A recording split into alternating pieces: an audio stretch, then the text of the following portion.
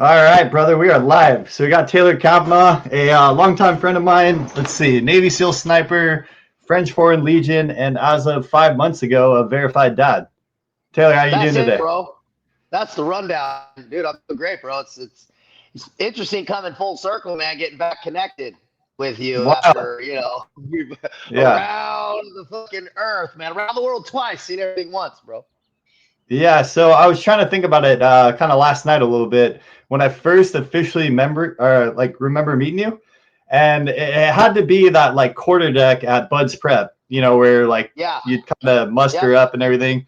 And I just yeah, remember kind of, in Pat, dude, there was tons of guys there, literally hundreds. yeah, And you yeah, stood out right away for kind of your swagger, your tattoos.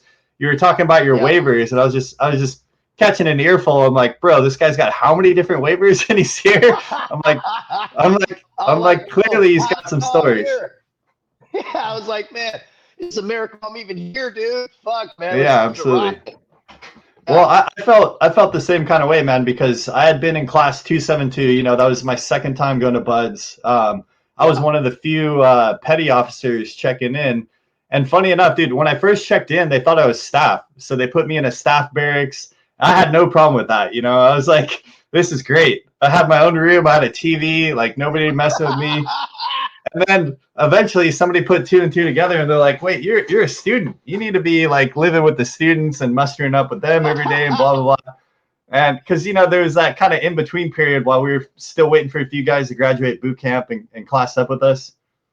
Yeah, dude, that was an interesting time, man. Because I mean, I can't imagine what it was like for you going back into Buds after Oh, yeah, bro. right? Because Yeah. I mean, I understand going back into the military after you've kind of in the Legion after going back into boot camp, just knowing you're going to be up against. I'm glad I was ignorant because the Right. ignorance was bliss in going back Yeah. in. So and plus you have the comfort of having been in the military and the pay and this and that, and so Right, life right. is a little bit more. So yeah, dude, my hat's off to you going back in. But that was a interesting time, that Buds Prep, because dude, hundreds of people, and I'm looking around Right. going, well, who the fuck makes it? And you know how it is. A lot of those guys run their suck. So many Right. guys are Oh, the yeah, younger absolutely. guys talk about how many sit-ups they do and this and that. I'm going, damn, dude, I can't do that, or I can't do that. And I'm going, shit, dude, am I? I had confidence, but you just don't know. You Yeah. just, I think anybody that's like, oh, for sure, I know. It's like, well, you just don't know. And so I was just hearing this stuff, and then all those guys just end up vanishing wherever the fuck they Right. go. I don't know, but it was interesting seeing. You're right, hundreds. I think we had 400 people there or some shit. Yeah, I don't want to name drop any dudes that are still active duty, and if I do, just we'll blip it out later. But I remember specifically guys like Tommy Schlabach. I know he's out on like the East Coast now. I was roommates with him. He'd been there for a minute, and I'll never forget. One day I'm just whatever doing push-ups in the room. This kid comes in, drops a duffel bag, his sea bag or whatever, and I'm like, when did you graduate boot camp, dude? And he was like 2 hours ago. And I'm like, oh my goodness. I'd already been in the Navy for almost 5 years at this point. So Yeah, like being roommates with a kid that graduated boot camp 2 hours earlier that day, it was just kind of blowing my mind that day. yeah. I mean, that's pretty much the case that I was in when we get out, and I feel like we had I don't know, there was something magical about that time, man. Oh, Like the time absolutely. we went in, there was special about the energy of that time, specifically in 2010. It was like, I don't know, we had a really good class. We had a strong class. A lot of guys still operating at the tip of the spear, as you well know. And we had, there was the timing too.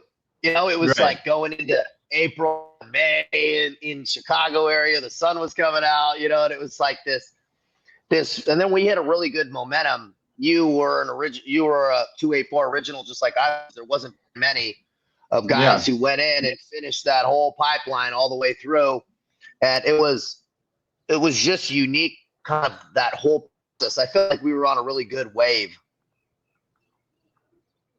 Yeah, absolutely. I mean, I would kind of describe it the exact same way. That's one of my favorite statistics to throw out. I think we started with close to like 350 guys and finished with Yeah, like 15 out of that. And not to say those yeah, guys didn't get rolled or injured or whatever, yeah, but like, man, just the resiliency to keep your body in shape, not get a DUI, not get an ARI in a bar fight or whatever, and Yeah. just like toe that line for almost 2 years straight, you know, and then checking into Team 7 together.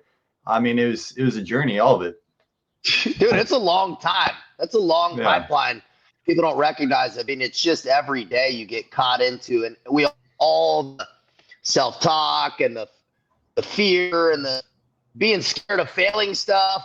I mean, I know when I would wake up for runs, I would go to a very dark place. You know, I'd be like, oh man, I gotta dive, dig deep today, man. But you know, just everything I was so terrified of failing that it was it felt life or death for me on some of those things. And just the experience of that is very transformative. And I'm glad we got to do it together, man. That was a really, really good time. Obviously checking in at 7 and stuff. Our flow was just really good. Yeah, I agree. Absolutely. And, you know, I'm going to use like a few kind of code names for some of the homies. But like the Don, the guy that was our school coordinator, I was there when you were in full circle. We'll get to it, man. But I was there when you were kind of getting comm school and JTAC, because I was also going to him, be like, what's available? You know, I heard Cavs getting JTAC, like I want cool schools, you know? So you had already kind of gotten that JTAC spot. I went to comm school right after you, because I actually went to the tier 1 driving school first. You remember like the Matt V's, Humvee? I did that with Bowman. And I'll never forget, man, because I just saw Gray Bowman at his memorial service for his dad. So, you know, rest his soul. Yeah. And, you know, shout out to Memorial Day if you want to give any shout outs to veterans out there. So, yeah, the Don, right? And he was like, dude, Cav's crushing it. This guy's passing every school I send him to. And you're right behind him, because I had gotten Hearst Castmaster and then I got Static Line. And I was the only new guy on the West Coast at that time to get Freefall Jump Master. And then I even got AIDIT, which was the tier 1 jump school. So that was jumping with bundles. That was every jump we did, bro. I didn't know you went to that school. That's bro, I went to it kicking the nuts. I went to it as a new guy. It was insane. And it was tier 1 funded. So it was like, you know, they were teaching tandem, they were teaching bundle.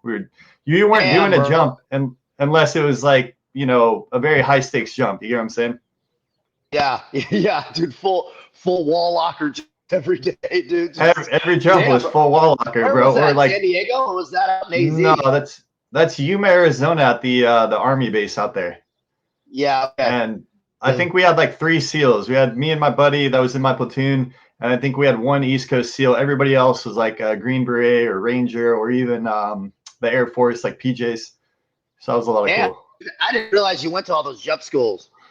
Everyone, bro, I went to every air school you could in my 1st and 2nd platoon. Damn, dude, that's cool.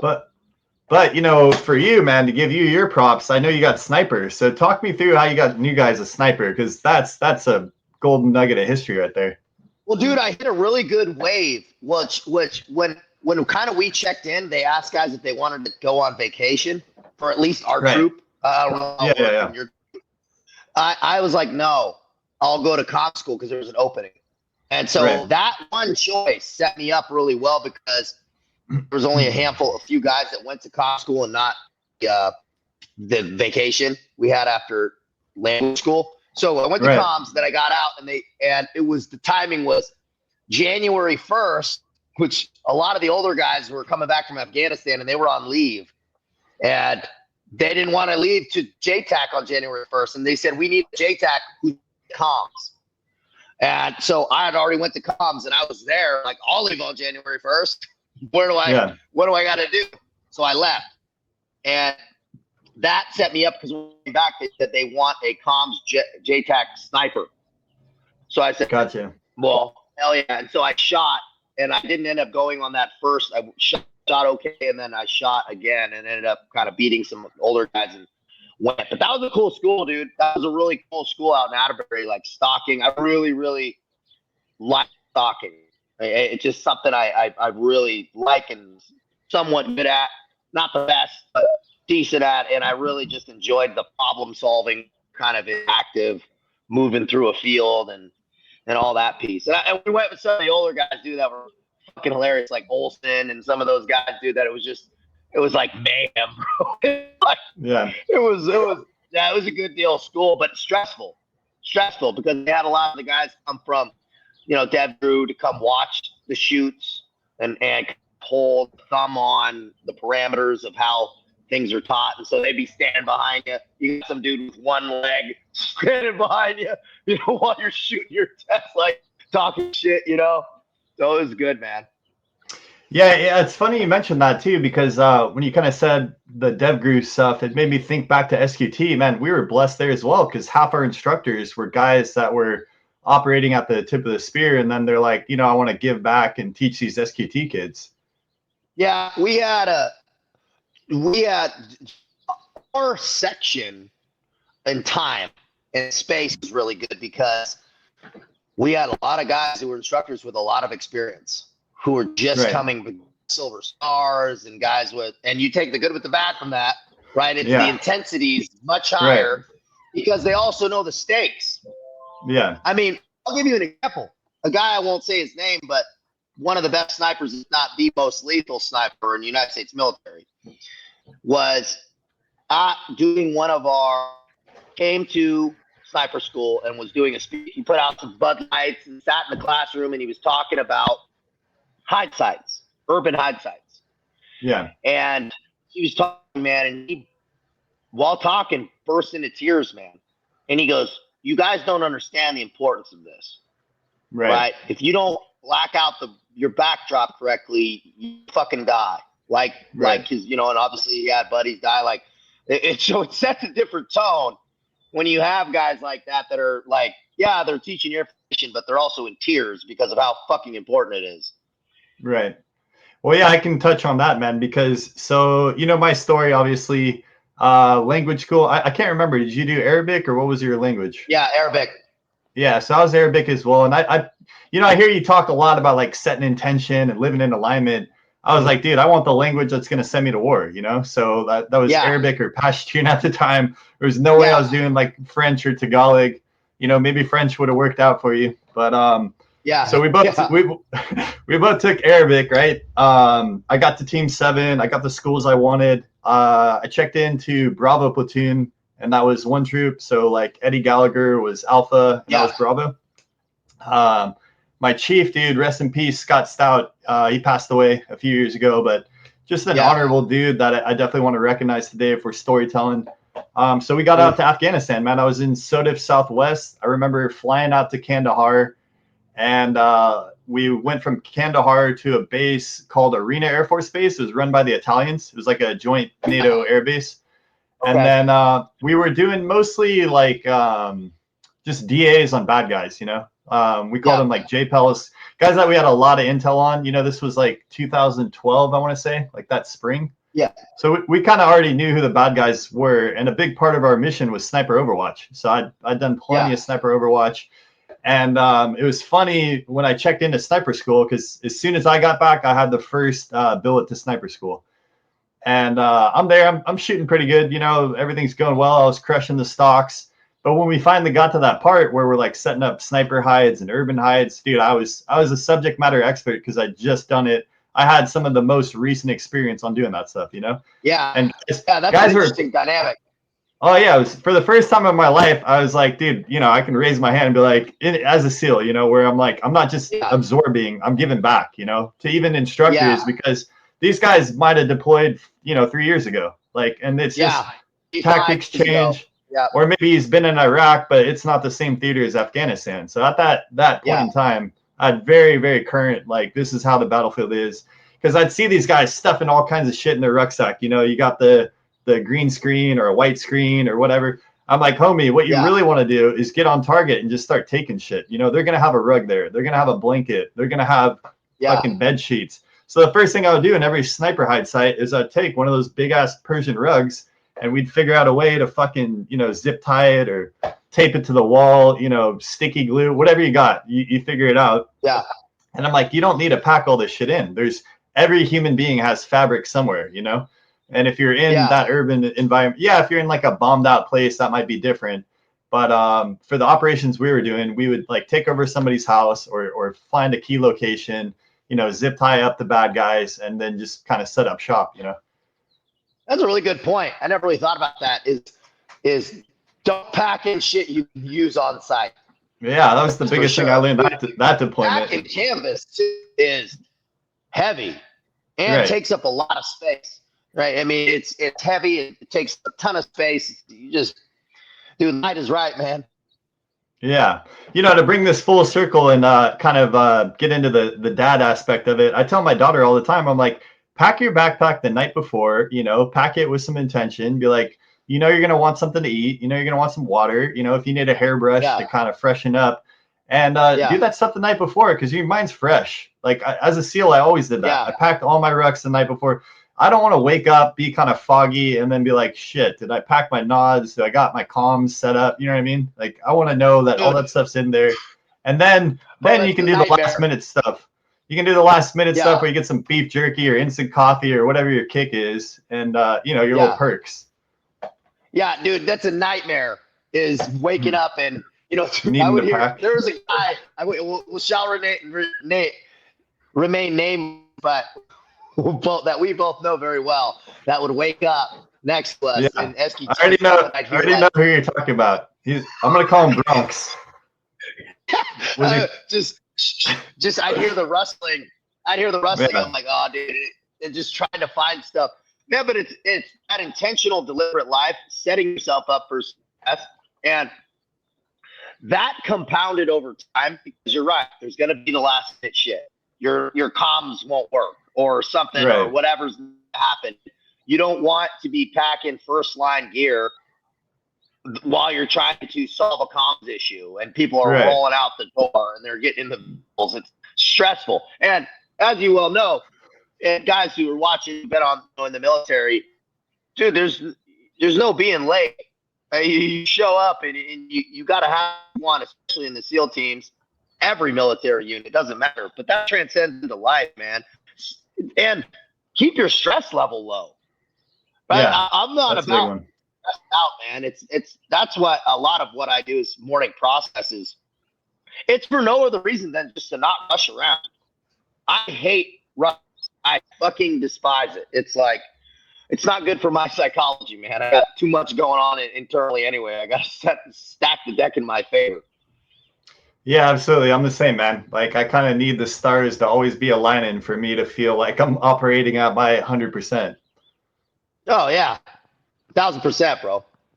He was from New York, right? The guy you're talking about that shall remain nameless. Oh yeah.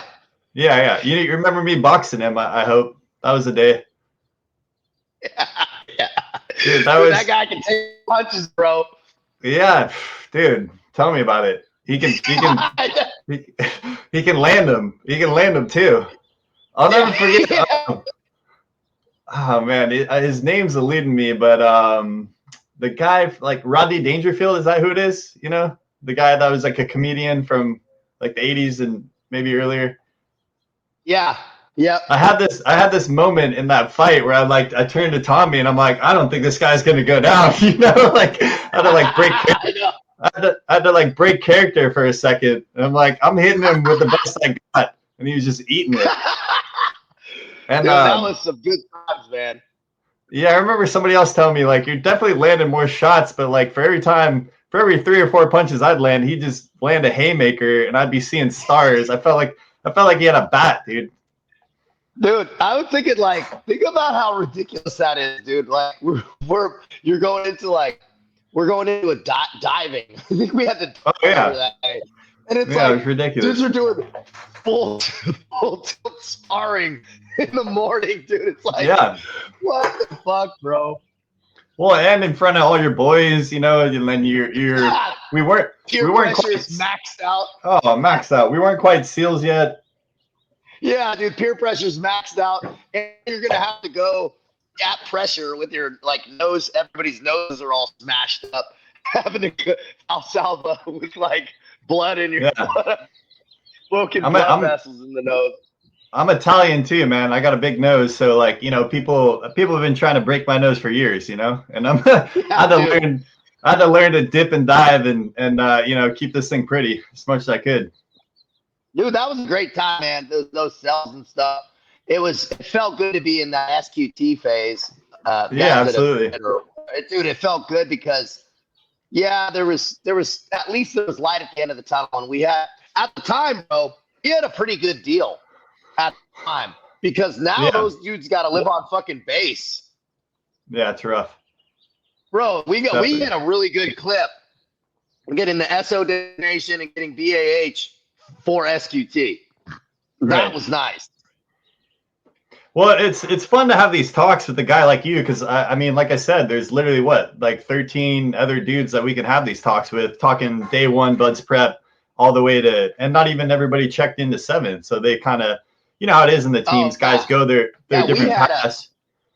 Yeah, you and I shared a very unique experience altogether, like very, very unique from the back. And I remember on a Bud's prep run, and I'm dying in the back, but it was our last long, slow distance run. And you're running, I'm running in the back with like Mark Huber and stuff. Actually, he was a little ahead of me. We're running, and you're like, and you were like getting that little extra juice of motivation, you know, like Yeah. like let's go, Cav, almost back to me, and I'm just looking down like this motherfucker, dude. I'm like trying to just survive, bro.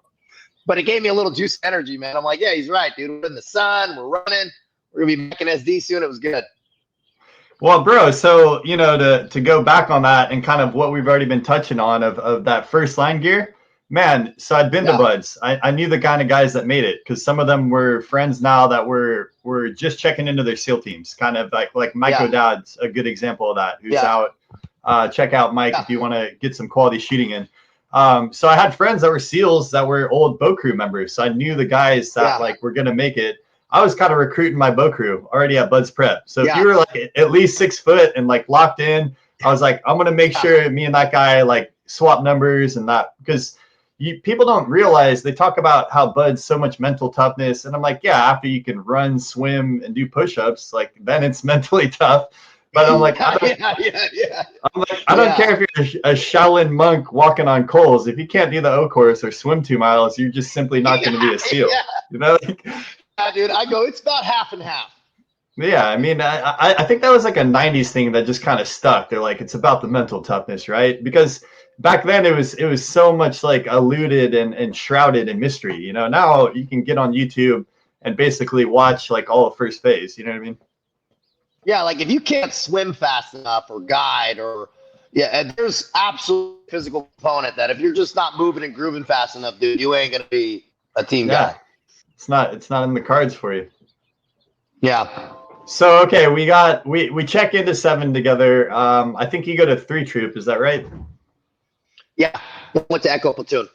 And then was it Yemen, or what was your first deployment?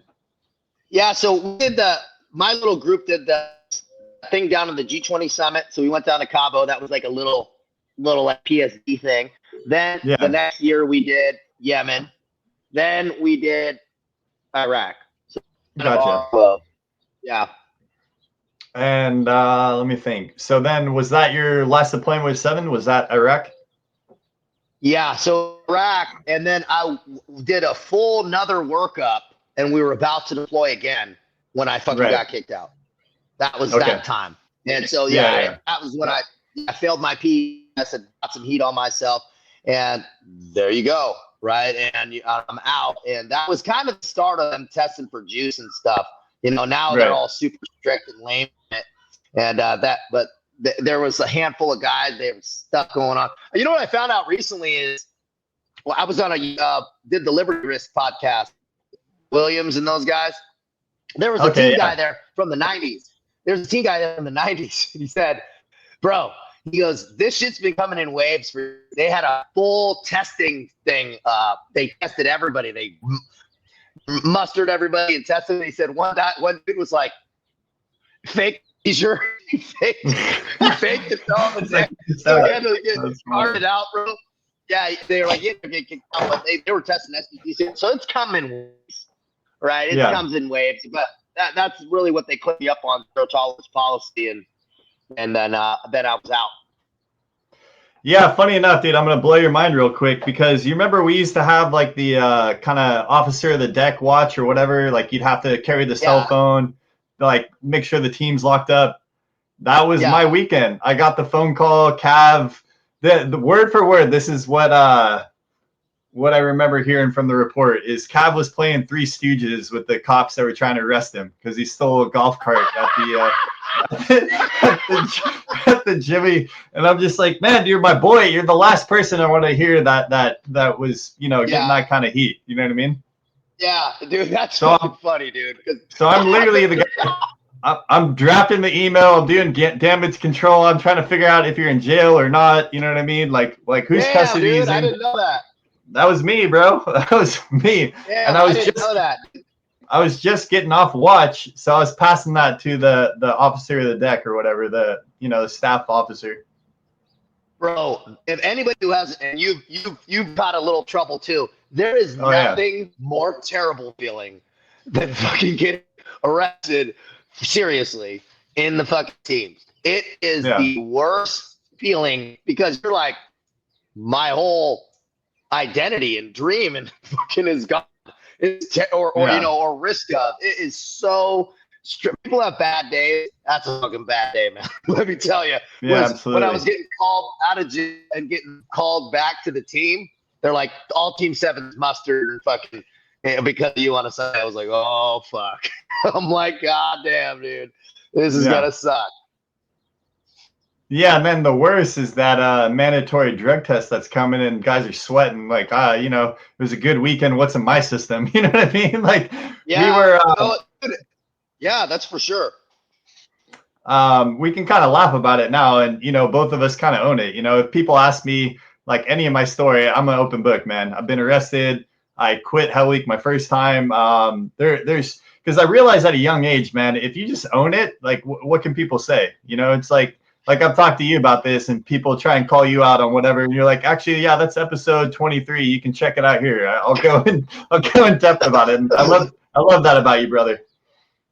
Well, there's no other way, especially here. We've seen other characters who are in kind of that soft bro stuff, and if you lie about some shit, stand the fuck by. Right? Because people are going to do their research, man, and some people are a little bit more. So if you're not pretty fucking transparent and you don't show all the skeletons in the closet, then they're going to get shown for you at some time. You can't put yourself online, man, and not expect, it's like some guy goes, oh, this guy, I found out he bankruptcy in 2018. I'm like, yeah, no shit, dude. I'm like, yeah. And what you got? Was that a real got me moment? It's just funny when people want to find the fault, but if you just start with the faults, then it's like, okay, can we get past this now? Right. And, I think, too, as long as you're taking steps in the right direction, I mean, those are just like growth moments. That's like character development, like good or bad. But, it's like a rusty knife that you're polishing up again. That thing's still sharp, Might have had some rust on it last week, but we took care of that and it's sharp again. Dude, it's well said, man. That's a really good point. It's what's the material made out of? If you're made out of some good material and some hardy stock, right, and you actually put the energy back into the system, right, you can get that thing polished back up, and that's why you're never out of the fight. No, never. We've all had those moments where you lick your wounds, and I call it wound licking. You need that time to almost kind of crawl up in the fetal position to kind of just just feel it, right? Just feel it. Because you're not, if you're just like, oh yeah, well, whatever. Are you really understanding the situation, right? If you're just like maybe you're just mentally stronger than me, but I've needed like wound licking periods of time where I'm like, okay, I'm done having a pity party, or I'm done this. Now, what am I going to do about it? And some people, they stay in that pity party, but I think that wound licking period is very important for really letting the reality of the situation sit, so you know what needs to change, what just happened. Right. Yeah, I mean, too, like being a SEAL, being Special Forces. I mean, I'll throw it out to really any SOCOM branch is you're constantly pushing your body to the limit, your mind, like your training. So it's like when you're kind of riding the lightning, so to speak. Like, yeah, you're gonna have bumpy days in your roads, and a lot of guys.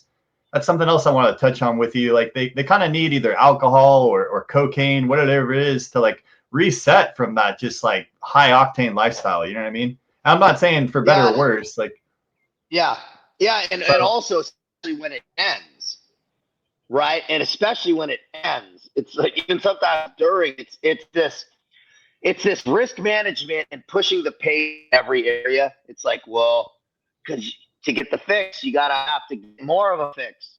Like it's you if you're sitting there with your whittling your wood after you've just been doing halo jumps all fucking day, like maybe there's good contrast there, but a lot of people in the worlds we come from, the communities we come from, it's not the case, right? Yeah. You work hard, you play hard, right? There's not like a lot of kumbaya mixed in there. It probably should be, right? Where you actually are taking the pace because it's fucking boring.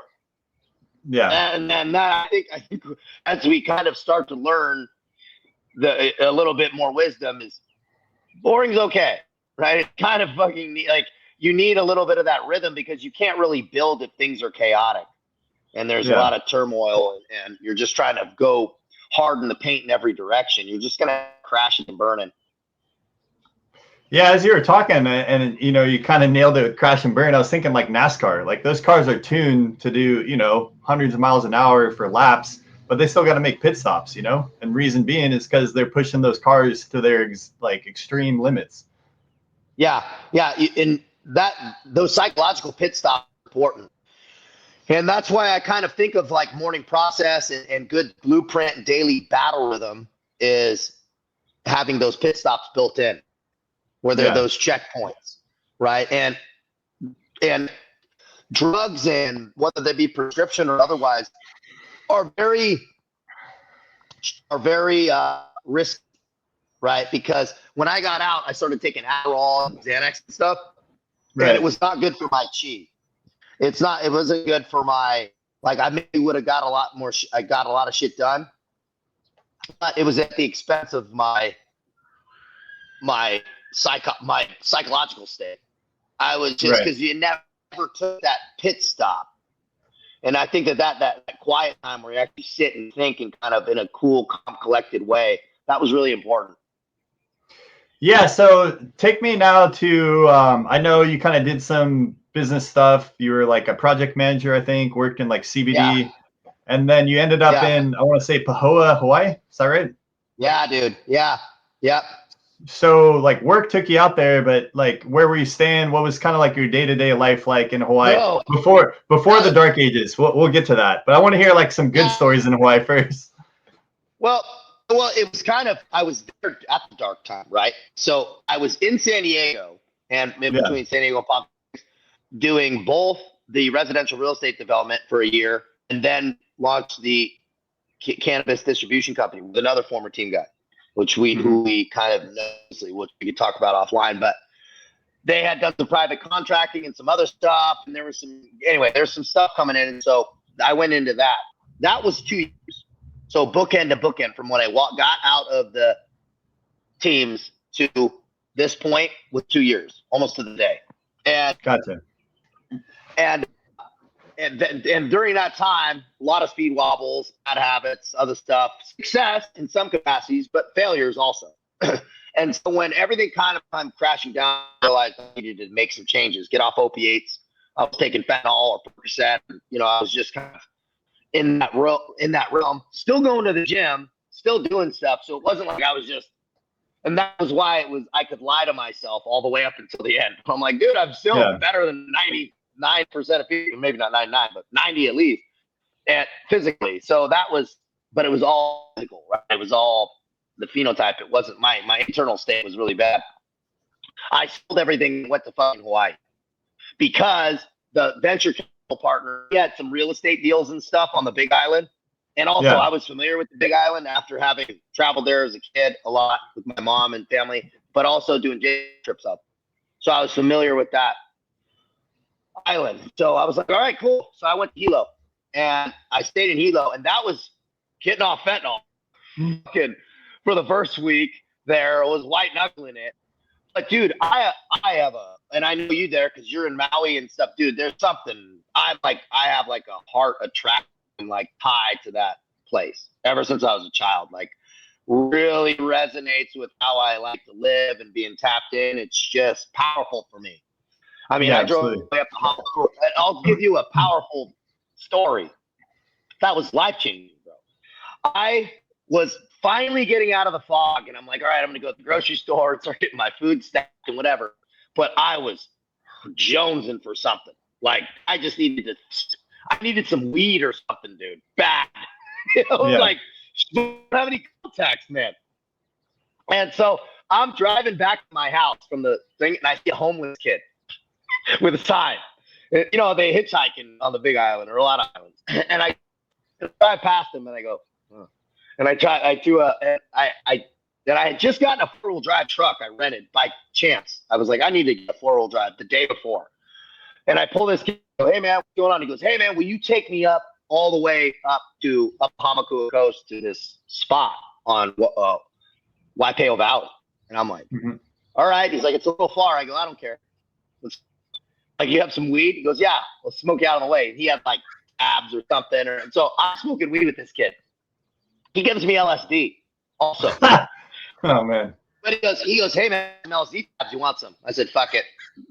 Let's go. Yeah, right? We'll take that too. So, And I'm driving to Hamakua Coast, and I'm giving him some sip drinks. He's like, man, and I'm driving. He goes, man, just last night I was sleeping behind a dumpster, man. I'm really glad, because he was going up to this farm where they're what's that, the kind of potato they harvest up there? Talking about taro? Taro. Yeah, taro. Yeah. And so he was going to a taro farm, and so we drove all the way up, and this valley where they hid King Kamehameha at the whole beginning, right, of his childhood. But it's dark. It's nighttime. I drive this thing, and he goes, hey, we got to go down this hill. And he goes, do you have 4-wheel drive? And I'm like, yeah. And he goes, it's steep. He goes, it's the steepest road in all roads in the United States. And I said, oh, well, okay, let's go. I start going down this thing. And you know how it's like patrolling at night? Like, you'll go down stuff that you would just never in the day because you can't see what they're doing. Yeah. And so I was going down this thing, and I'm like, holy shit, dude. I mean, when I get down to this valley, it was like, and mind you, my life had just fallen apart. I'm in a really weird state. I'm on LSD. I'm high, and I'm like, it was this like magic. What the fuck's going on, man? Like those moments of life are just like, holy shit, this shit's powerful. Just this life is powerful, man. And I'm like, how did I end up here? I dropped this kid off. I take a piss, and I'm looking at it. It's just pure bliss. Just in the rivers, I can hear the tree frogs and all this stuff. And I go, well, I got to go up this hill. I go back up, and I'm like, it's up there. And I go, tomorrow morning, I got to go back and see what the fuck I did. By the time I got home, I like visualized tattoos on it. A lot of the stuff kind of came. I thought about going in the Legion that night. It all kind of came together at this time, at that fucking night. It was weird. Yeah.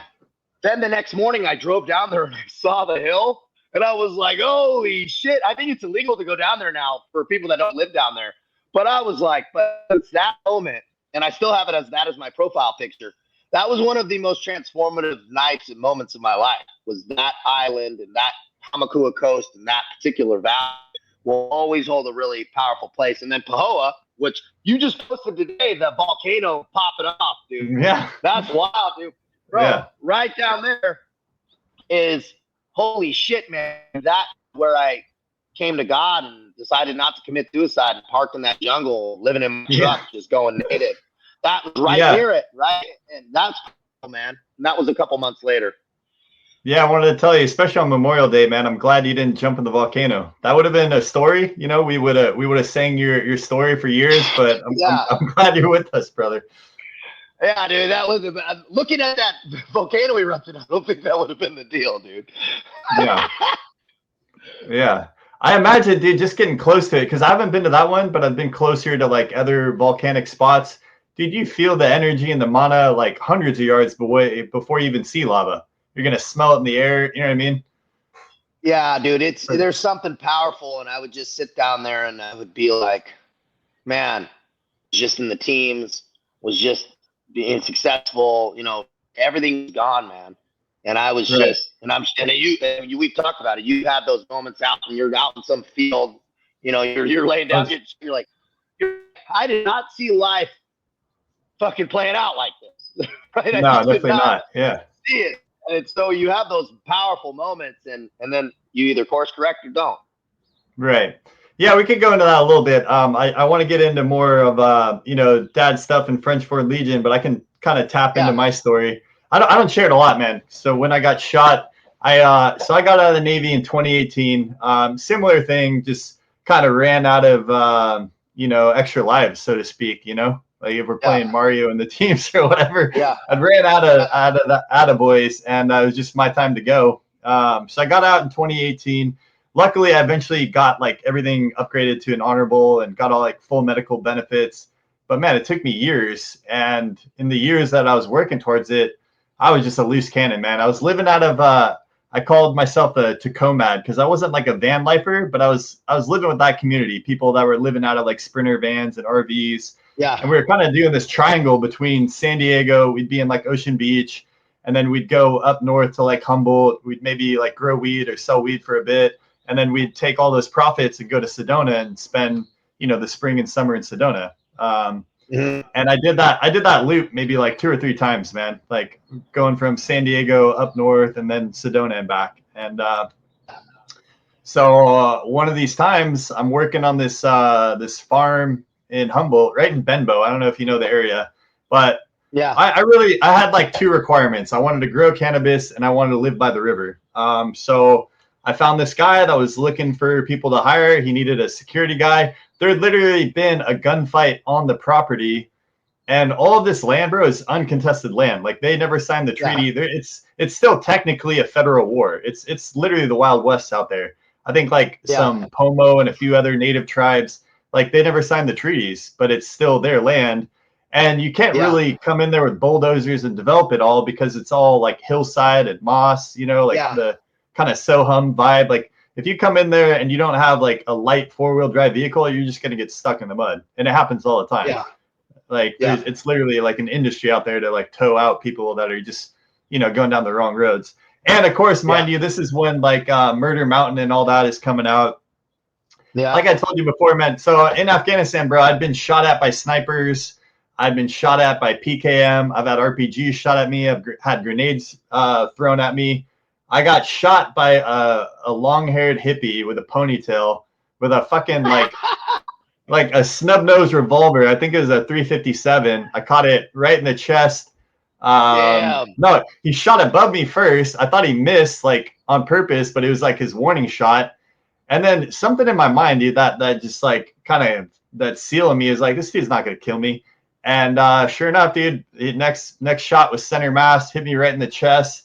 I thought he missed again because I didn't fall. Like I'd seen other people get shot, but I don't know what it was like myself to take a bullet and how I was going to react. And, surprisingly enough, like I thought he missed. And but then my breathing started getting weird. And I was like, oh, God, I'm hit. I'm like, this is lame. And kind of like I've already told you, man, I was like, he was done with me after that. He clearly like proved his point, right?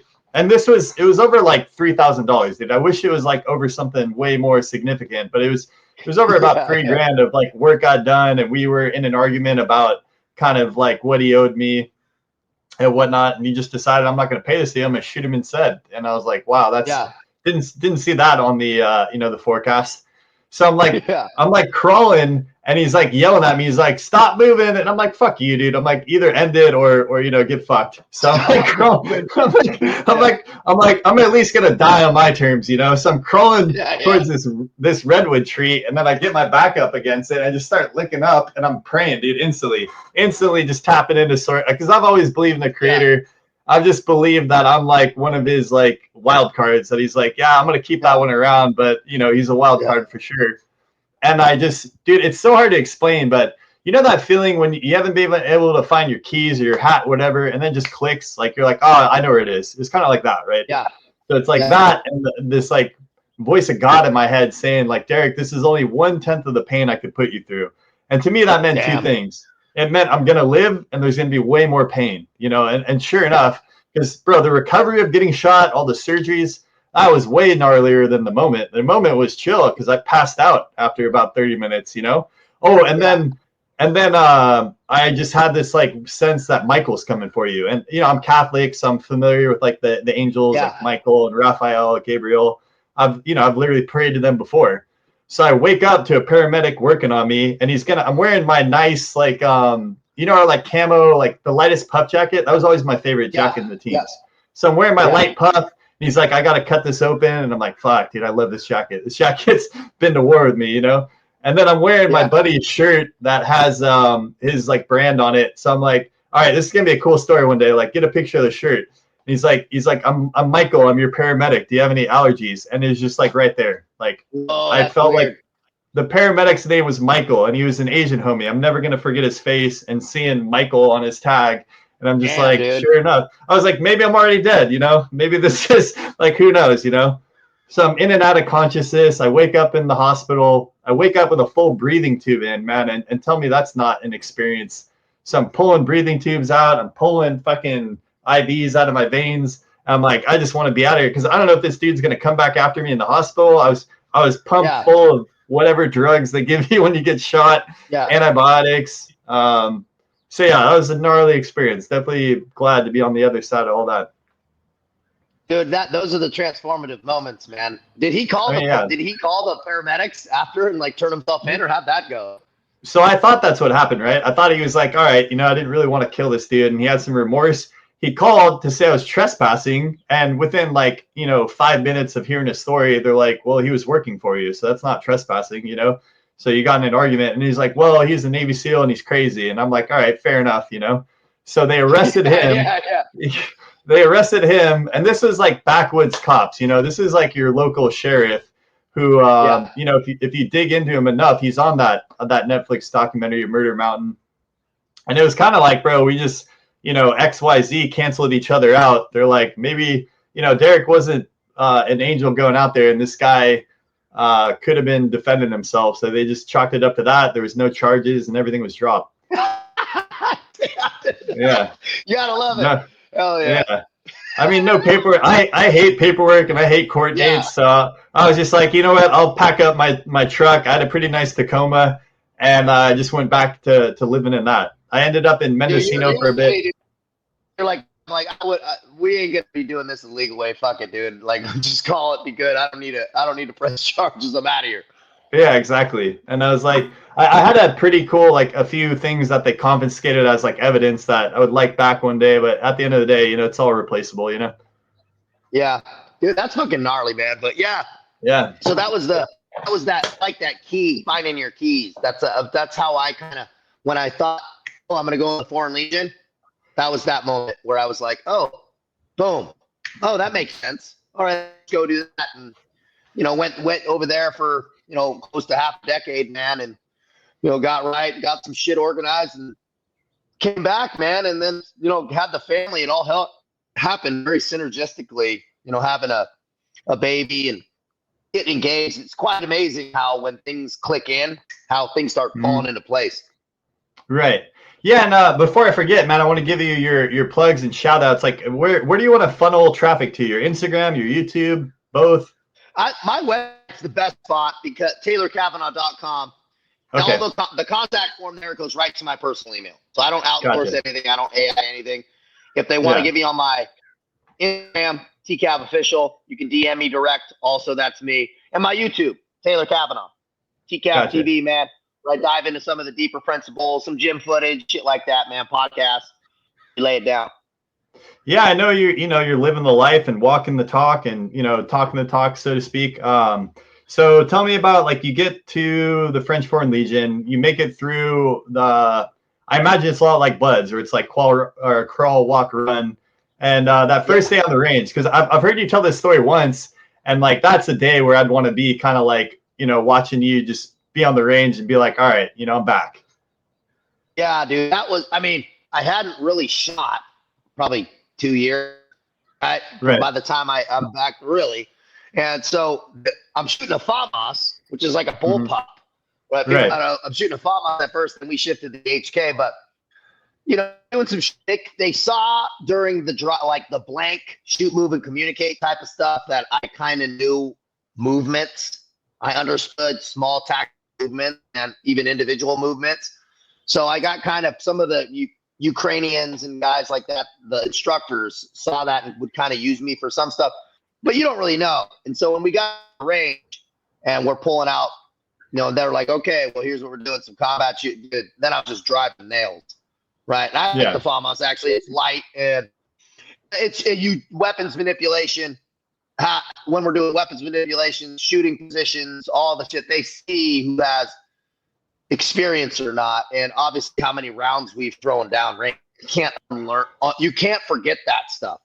Like the muscle memory just comes right back. And so it felt good getting back on the gun after having been suicidal, living in that truck and lost, back in a uniform, shooting a gun for a different country. It was a trip, dude. Right. Yeah, I can imagine. So you obviously crushed that. I know you ended up in like French Guyana, I want to say. And then I think I kind of reconnected with you. I think maybe my wife, Rebecca, I don't know. I'm pretty sure you've met her. Sent me a video. She's like, is this Taylor? Like, he sounds even raspier than ever. I don't know if you just kind of lost your voice recently. And I'm like, man, just hearing your voice that first time, I'm like, this dude's been through it, whatever it is, Yeah, dude, I was like, I had lost my voice and I was still coming back from it. And when I started recording my first videos, it was just time.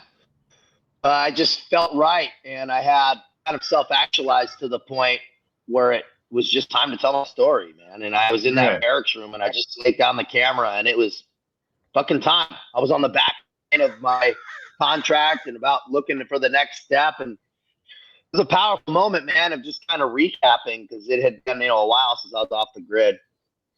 Right.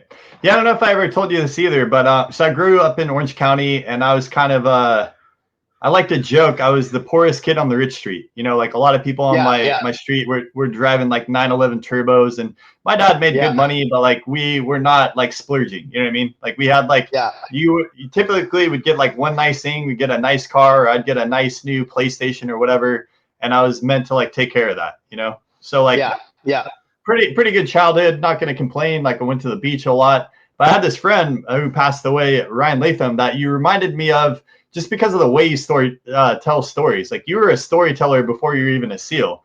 And the one that comes to mind, I don't know if you're, just on the run or you got in a car accident or cops are after you, whatever it was, but you said you were like running through backyards and you're like hopping fence, going through a backyard. And then you just landed in a pool, and just the way you described like falling into the water and like, and you're like your whole world changes all of a sudden. And I was just right there with you and laughing because I'm like, I got real similar stories like that where I'm at a party in Orange County and cops are banging in the front doors. And I was quick, dude. I could hop a fence and pull my buddies up and be like, we're out of here, dude. And we'll hide in a bush for the next hour or so until this kind of like, the firefight dies down a little bit.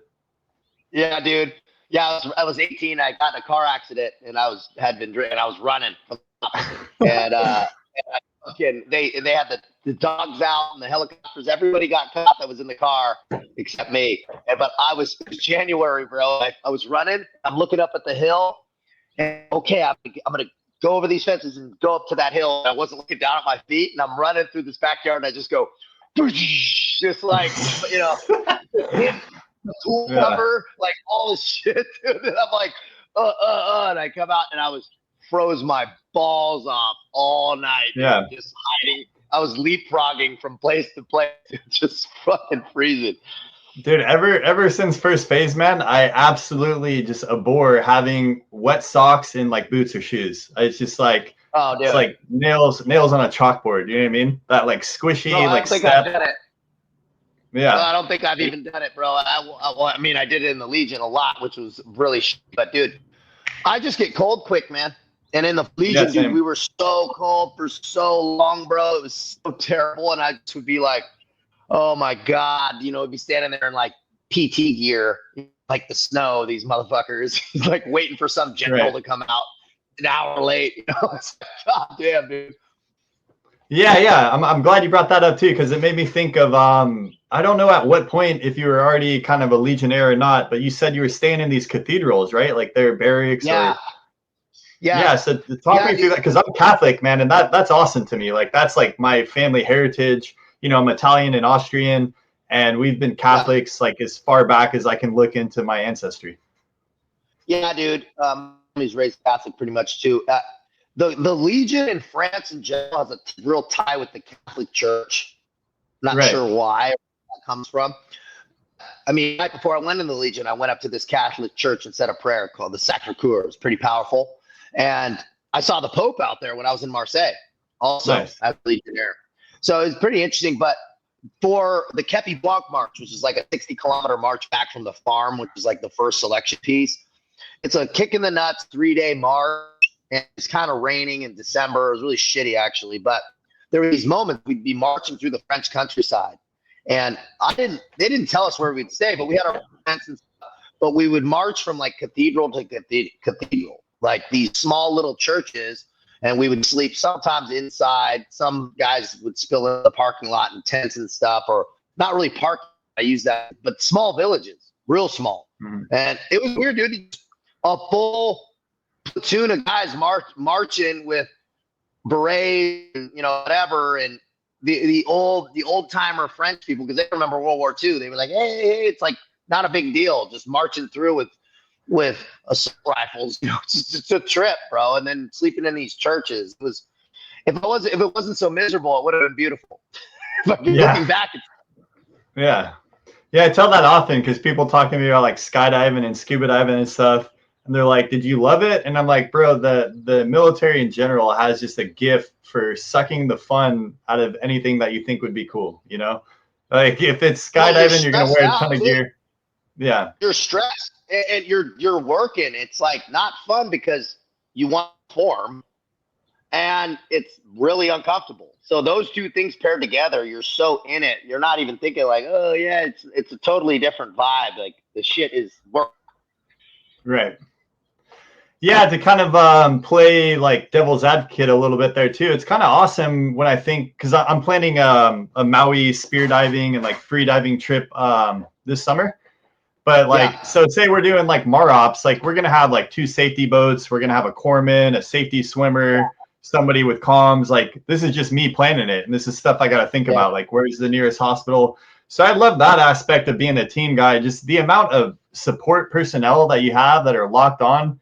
Was pretty cool because you can really like push yourself because you're like, dude, if I pass out, like my boys are gonna take care of me and you know I'll get some fluids and I'll be good again. But if you're just doing that on your own, you know, on the big island or whatever, say you're going off road and you crash, man, it's you and the elements. You know what I mean? Yeah, dude. Well, it also gives you the mission planning aspect. You think through those things. Like I take a lot less risks than I probably would than some people would because I'm thinking of a lot of many contingencies. Now all the bad shit that can happen. It's like, you know, even when we go on a road trip, dude, like, you know, I got a lifted truck, bro. I have full-size spares.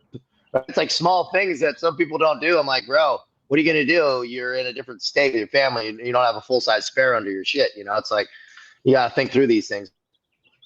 Yeah, I always roll out with a med kit too, a few tourniquets, because man, we're blessed with all this like TCCC and combat medicine.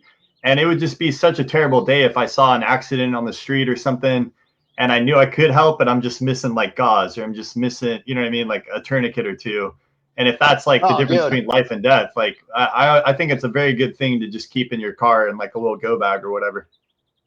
Oh, to be able to stop massive bleeding, as you well know, it's like that. If you can know how to stop massive bleeding injuries, it's like 80% or some shit. You save somebody's life. It's just usually the bleeding aspect. If it's not internal, right? If you can save somebody until, you know, first responder or second responder, I should say, medical there, then you're good. Yeah, brother, we're coming up on an hour. I know you're a busy man, and we could probably talk for like 3 hours. I had some questions I want to get into.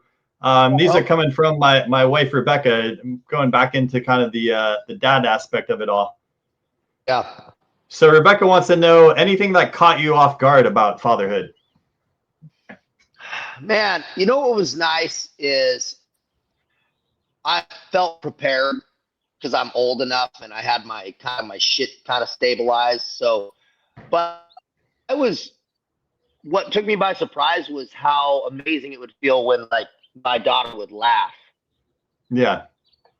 Bro, it's like the most amazing feeling, just like the pure smile and joy when they see you and you're engaging. I'm like, wow, what a cool feeling that is. And also, but also on the other side of it, man, you know when those screaming fits are done and you can't like figure out what's wrong, bro. Just my sympathetic nervous system is just like, Oh yeah. pinged. I'm like, I am a temple of peace. Trying to do breathing exercises. Trying to bring it down. I'm like, Right, yeah. bro. Trying to control my internal state. I like it, but it just goes to show you, bro. We got a lot more work to do because it's like those external things. They're hard to fight through. Dude, that's life, right? You think you got it all figured out, and then life throws you a curveball, and it's like, well, here's this angle. You know what I mean? Here's this here's this set of obstacles. Yeah. Yeah, I have an 11-year-old daughter, Kaylee, and now I have a 1-year-old, Gabriella. And I used to say the same thing. My 1-year-old had no teeth for the longest time, but she had the best smile of any of us. I'm like, how do you got the best smile with no teeth? Like, how does that even make sense?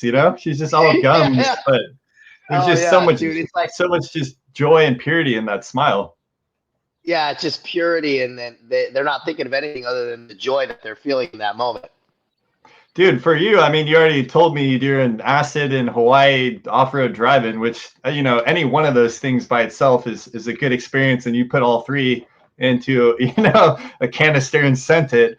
But for me, it's almost psychedelic to look my daughter in the eyes. You're looking into a whole nother consciousness, and there's times where I just feel like you're just exchanging information just through your eyes. I don't know if you've had that yet, but that's coming for you, man. Because she's looking and fully engaged. Like my daughter's very locked in.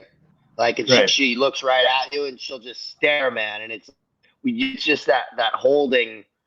It's quite amazing because you're looking at the consciousness of another human. That's your human. Right. Which adds a whole new element. It's not even like some other motherfucker named, Doug, driving slow in the fast lane. This is like your consciousness looking back at you, a part of it. And it's like this, you just want to be good. It really raises the bar on, like, I'll also answer your wife's question when it's like, really makes you go, you know what, I got to be better. I got to be better, want to be better. And it holds a higher standard because you're like, now this person, she fully relies on me. Right. And it needs me to be at my best. Right.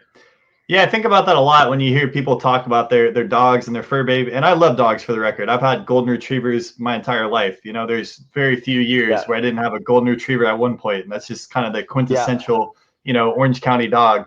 But it's a sense of love and responsibility that you just cannot put into words, because when your kid falls down or bumps their head, like, you feel it goes through you. You're like, man, like, you have to process that pain with them, because then you got to decide how you're going to respond to that pain.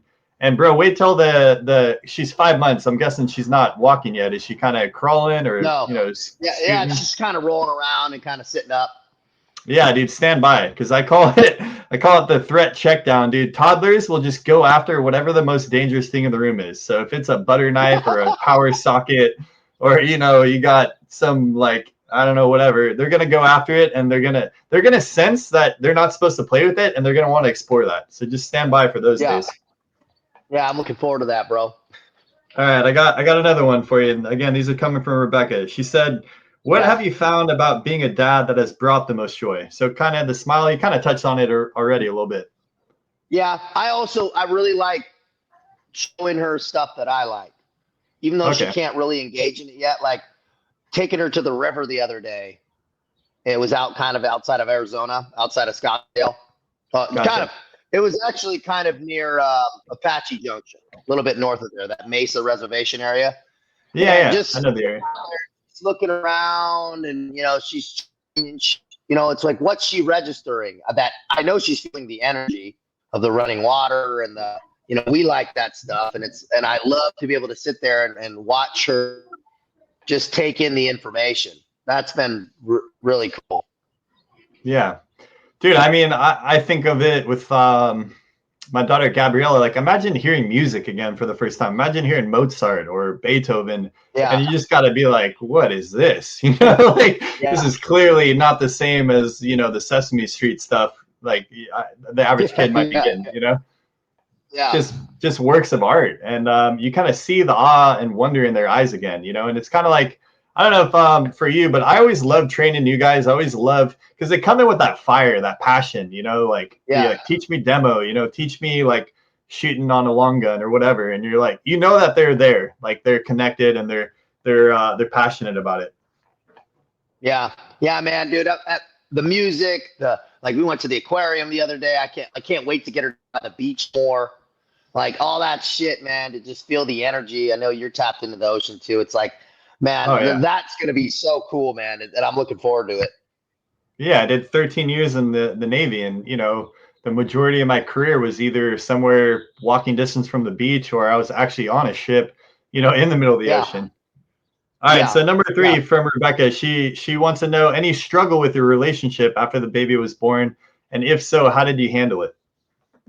yeah. I mean, we definitely have those moments where it's like my patience is thin. The baby's crying. I'm trying to figure out something with taxes or something, and I'm like, yeah, just, what I Yeah, mean? yeah. It's just stuff converging at the same moment in time, and and we were kind of like small things. Like I'm usually pretty good about not being short and stuff, but we're all human.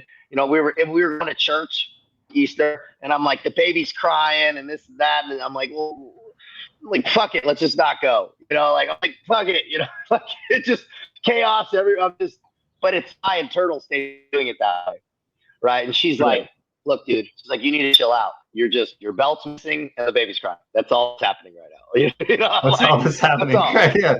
Yeah, Like, yeah. like, and it was true, and I, that's why I couldn't really talk shit because she was actually right.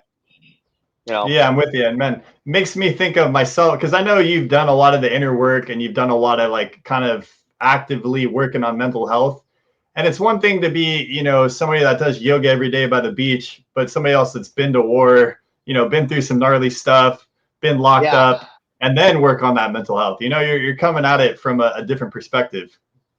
Well, there's like that Zen proverb or that whatever proverb I had seen the other day, and I posted it. It was, the man that meditated his whole life forgot to live, and the guy that lived now teaches meditation. Right? Right.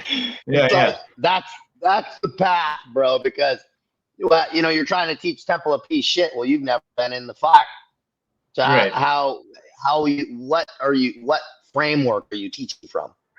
That really matters, and that's why that juxtaposition of self of people that have been in the first are brought out and put in purpose can actually speak to both sides. If you don't understand both sides, you're only getting one half of it.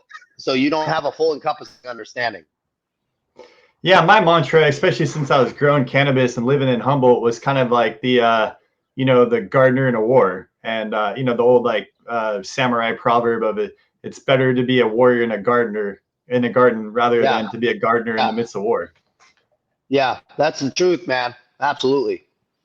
Because you've been violent, you've seen it, but now you're like, no, that's not going to define me. I'm gonna produce some stuff. I'm gonna grow some stuff. I'm gonna feed people around me. And if you come to mess with my garden, we'll stand by because I'm probably ready. Yeah, there's that thing I heard. Like Tyson says, like, "Hey man, do you know how much violence it took to be this peaceful?" Right. Yeah. Yeah. Yeah, one of my good buddies who actually started this company and kind of inspired me to do this podcast, Dad Army, and I'll link all that later, has told me before there's a difference between being peaceful and harmless. He's like, be peaceful and not harmless. I was like, yeah, that's a good one. Yeah, Jordan Peterson does the same thing. He said, like, a rabbit's not virtuous. Right. It's fucking harmless. Right? Yeah. It's like, you got no teeth, man, then you're not virtuous. Like the virtues are the restraint of something, right? And then like actually exercising something with deliberate action. Yeah, it makes me think of like God a lot too, and our Creator. Like, there's stories of like a bear that'll kind of take a kid in for the night that gets lost in the woods. I mean, you can Google. I've heard this story numerous times, so I'm assuming it's true. And it's almost like nature knows, like, let's not kill this one. It's still got, it's still got some learning to do. It's still part of this whole ecosystem, even if it's outside of their species. And that's pretty wild because you hear about that a lot, or you'll see some tiger that could totally eat, some injured baby deer, but it'll actually like nurse it for the night and then, leave it alone, which is kind of crazy. Yeah, it's That's very interesting, right? There's that piece of gentle we see being gentle as weak, but it's Right. really right. It's when it's exercised in the right way, in the right instance, that it's massive strength. Right. Yeah, I'm not going to pretend like I got like, just unlimited combat experience, but one thing that comes to mind that I'd like to share with you too is, dude, there was times I was doing DAs where it's like you might have just put bullets in a dude in one room, and then 2 rooms later, you're dealing with like a wife that has a baby, and she might be in a full hijab, and you got to just calm her down and like escort her and marshal her to wherever. It's like Yeah, she's not part of the fight. So as a SEAL, you got to be able to flip that switch fast, and I like to think of it as a dial. Like we all kind of walk around at like a 6 or a 7, and then when bullets start flying, you're at a 10. But then you got to be able to yeah. dial it back down to like a 5 or a 6 again when you're dealing with a woman or a child or whatever. It's true control, right? Yeah. True control is the ability to exercise and have full control over when it's dialed to 10 and when it's dialed to 2. Makes a huge difference, and that's a sign of a professional, man. It's like the emotional regulation, physical regulation, all those pieces. Yeah, and I've followed your story pretty much since you've been back in the States. I might have even saw that YouTube video when you were still over there in France, and it was really curious to me because I see you locked in, bro. You're waking up at like 5, if not earlier. I think you responded to my Yeah, email at like 5 this morning, so I was like, all right, he's up. You're yeah. doing push-ups, you got your cold brewed, you got your routine. Man, if anything can throw a monkey wrench in your routine, it's a new baby. So like, talk to me about that a little bit. For the most part, it's been good, man. I mean, we try to Yeah. get her. My fiance is great. Brittany's fantastic, and so she, but co-sleep a little bit, so that's been helping. Because she's just right there, and so the baby cries a little bit. But I'm not super fussy as far as a sleeper, right? I think maybe training or and like I'm not. If I wake up a few times in the night, I'm not. It's like whatever, dude. It doesn't really change anything for me. I've gotten up early. I'm tired every fucking day, so it's like a big. The varying how much it varies for me is minimal, but Right. so I just try to keep it the same and also be disciplined about the sleep time. Like I try to go to bed early enough to where it's fine, right? And then also winding down the baby at about that time. So we're in bed and it's like the screens kind of get lighter, the lighting and the top. We just kind of wind it down. So she's sleeping early enough too, and she's a pretty good sleeper though too, which is helpful. Yeah, same with mine. Dude, there's it always kind of impresses me the sleeping positions a baby can get in. They'll be like fully sprawled out, like hands to the side and just zonked, I just sleeps with like iron cross, bro. She just sleeps like Nice. She takes up more room than I do in the bed, man. And she's Yeah. a pygmy. But they're in my opinion, they're in like another just plane of consciousness, They're still connected to the creator and they're just floating on clouds, and then we kind of wake them up like that's probably why they cry when they wake up, like, oh man, I'm back, I'm back in reality. Yeah, I'm back, man. I was just tapped in, man. I was just tapped in. Thanks a lot. Right. Yeah, that's kind of my theory on it. And the more I kind of watch my daughter, the more I think that's true, Oh, 100%, man. Do you got plans for more, or are you just kind of putting it up in God's hands? I'm maybe, dude. I'm not immediately. Definitely want a little space and time to kind of get this all racked and stacked, and then we'll see how it goes. Yeah, I don't know how much time you got this morning, but I'd love to keep talking and kind of pick your brain more on what you're doing now. I know you're doing like life coaching and public speaking. I've seen you on some pretty cool podcasts. I think I've watched all the biggest ones. I think I've seen the Mike Ritlin, and then Mike, Mark. The Mark one was actually the one that really inspired me to kind of get an interview with you, because it was so cool to just watch you talk long form without being interrupted and just kind of go through your whole story. Yeah, Mark Leda with the soft white underbelly. He's got an interesting format. Some people has to pull out of it. I can talk, so it's helpful just to be able to give a testimony in full length, which is useful. And yeah, dude, I mean, just the 30,000 foot overview is I just had been suicidal. I'd been down and out. I've lost everything. I've self-sabotaged. I've done it all, man. And having a lot of years to figure out what went wrong, how to make it right, and how to get myself to a good frequency and psychological state where I felt good every day, where I didn't have bad days anymore, man. And that was a huge piece for me. And just And then I was like, well, what am I doing that's helping this? And I started just structuring it in a blueprint. Like, man, I could show other people how to do this. I mean, I didn't really intend for it to be a business, really. I just was like, hey, man, here's my story. Let me see if it resonates. And it resonated with people.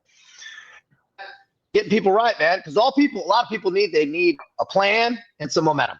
And then they're off and running. Right? That's not my intention to just hold somebody's hand for the rest of their life. No, they need a plan, something that's repeatable, simple, how to eat, train, move, wake up, think, right? To read, how to maintain their frequency. That's really what it is. And shake the tree. Shake the tree. What they're doing is not working, then we change it up, simplify it, streamline it. Then we're moving and grooving, man. And then everything else starts to align. And that's pretty much my flow. Yeah, I see you wearing the industry threadwork shirt, and I think that's is his name Ryan? I feel like I know that guy as well. Ryan Williams. Yeah, Ryan exactly. Williams, bro. Yeah, dude, so he was our funny. instructor.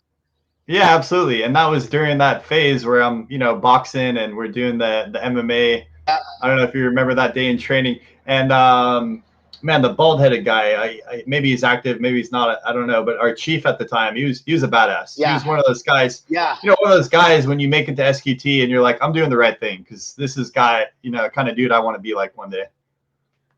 Sure what he's now. I thought he got out but he was at gold, came back when Extortion 17 happened, back to gold. Gotcha. And then I think he got out and was doing wealth manager or something. I remember seeing something about, but I'm not sure if he's still doing that. But dude, we had some heavy hitters. That was a cool group. And yeah, I still dig Ryan, man, because he's just a wealth of knowledge of just business and entrepreneurship in general. Resource. Yeah, and just a cool dude to hang out with. I mean, every time I could kind of have a one-on-one conversation with him, man, you just kind of feel that positive energy, feel like he's making good decisions, Yeah, he's positive, dude, and that's what I like, and that's what I think is kind of just to kind of tie it all together here and wrap it up. It's like, dude, it's maintaining that positivity from what I've seen in my life is people that maintain a positive frame and in a deliberate way. Right, it's how we live our life to keep ourselves in that positive lens. Well, guess what? They start getting opportunities. Right, that optimism sees that opportunity. They're able to action things. And negativity is a cancer, man. And so, what people can take from this: if you do anything, be deliberately positive until it becomes normal. Right. Yeah, I like that. Yeah, I do kind of want these videos and this podcast to be kind of a little bit of a time capsule too, because like I said, I'm not going to interview anyone unless they're a father. And I'm going to try and pick the coolest dads that I can get on the microphone. I dig that. Any advice or like a little tidbit you want to give your daughter? Say we rewatch this 10 years from now. Yeah, well, even 10 or 20, right? I would never regret being more disciplined.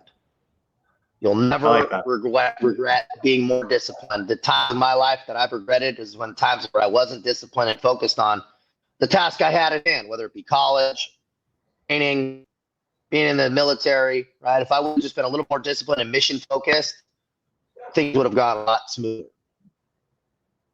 Yeah, I think for me, I would tell my daughter, kind of put your whole heart into stuff. You're never going to regret giving your whole heart to anything. Oh, I dig that. Yeah, that's exactly right, man. Full force and full focus is how you really become excellent and live an excellent life. Yeah, man. Well, I want to thank you for your time. You've been a friend, a mentor, a teammate, all of the above, man. It's like you check so many boxes in my life. It's kind of wild to think about. And, you've been crushing it. I've been happy to say I've been supporting you from day one. Love what you're doing with, your public speaking and whatnot, your life coaching. Anybody looking for help, hit Cav up. We'll get his website in the link, and you can find him on Instagram. Yeah, dude, and Janisch, I'm stoked to get some synergy on some filming and some stuff, and we'll organize something up in whether it be diving here in Miami or Maui or Laguna. It'll be good, man. I'm looking forward to getting some stuff on camera with you. So stand by, y'all. I appreciate everybody's time here. Yeah, and happy Memorial Day. Yeah. Appreciate you, brother. All right, out here. Cool, man. You good on this one?